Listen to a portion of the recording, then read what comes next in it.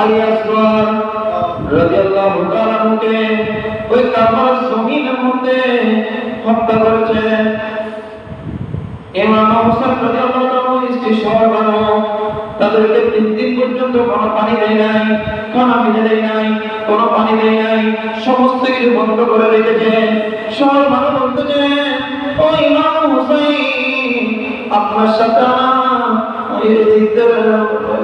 এজিদের আপনার সাথে শত্রুতা, এই মাসুম বাচ্চার সাথে তো কোনো শত্রুতা নাই। এই মাসুম বাচ্চাকে নিয়ে আপনি একটু তাদের থেকে পানি খুঁজুন, আর তাদের হয়তো শিশুকে দয়া করে হয়তো একটু পানি দিতে পারে।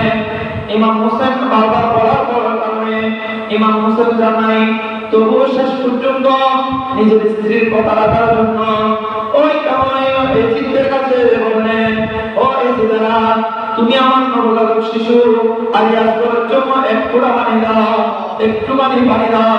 কিয়ামতের ময়দানে এই পানির উসিলায় আমার নানার কাছে তোমাদের জন্য আমি ওয়াদা করতেছি, তোমাদের জন্য আমি সুপারিশ হয়ে থাকবো। এভাবে যখন বললেন, ওই এজিদরা বলতেছেন, ও ইমাম হুসাইন, তোমার সন্তানকে আমরা দেখতেছি না, একটু উপরের দিকে তুলো, একটু উপরের দিকে তুলো। ইমাম হুসাইন ওই শিশু 6 মাসের শিশু আলী আসগরকে তুলতে তুলতে উপরের দিকে যখন তুললেন, ওই এজিদরা এমন ভাবে দিয়ে নিক্ষেপ করলো, ওই শিশু আলী আসগরের সিনার মধ্যে ঢুকে এদিকে সিনা পিঠ দিয়ে বের হয়ে ইমাম হুসাইনের বাহু দিয়ে বের হয়ে গেছে।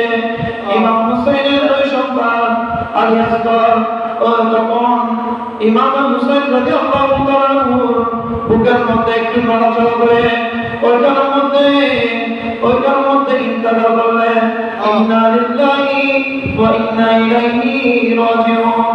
যখন ইন্তেকাল করলেন, আল্লাহ ইমাম হুসাইন রাদিয়াল্লাহু তাআলা আনহু এই কিছু রক্ত নিয়ে আসমানের দিকে তুলে দিলেন, ফেলা দিলেন, বলতে, আল্লাহ তুমি সাক্ষী দাও, এক আলী আসগর নয়, যদি হাজারো আলী আসগর আজকে যদি এখানে শহীদ করতে হয়, কুরবান দিতে হয়, আমি কুরবান দিতে রাজি আছি।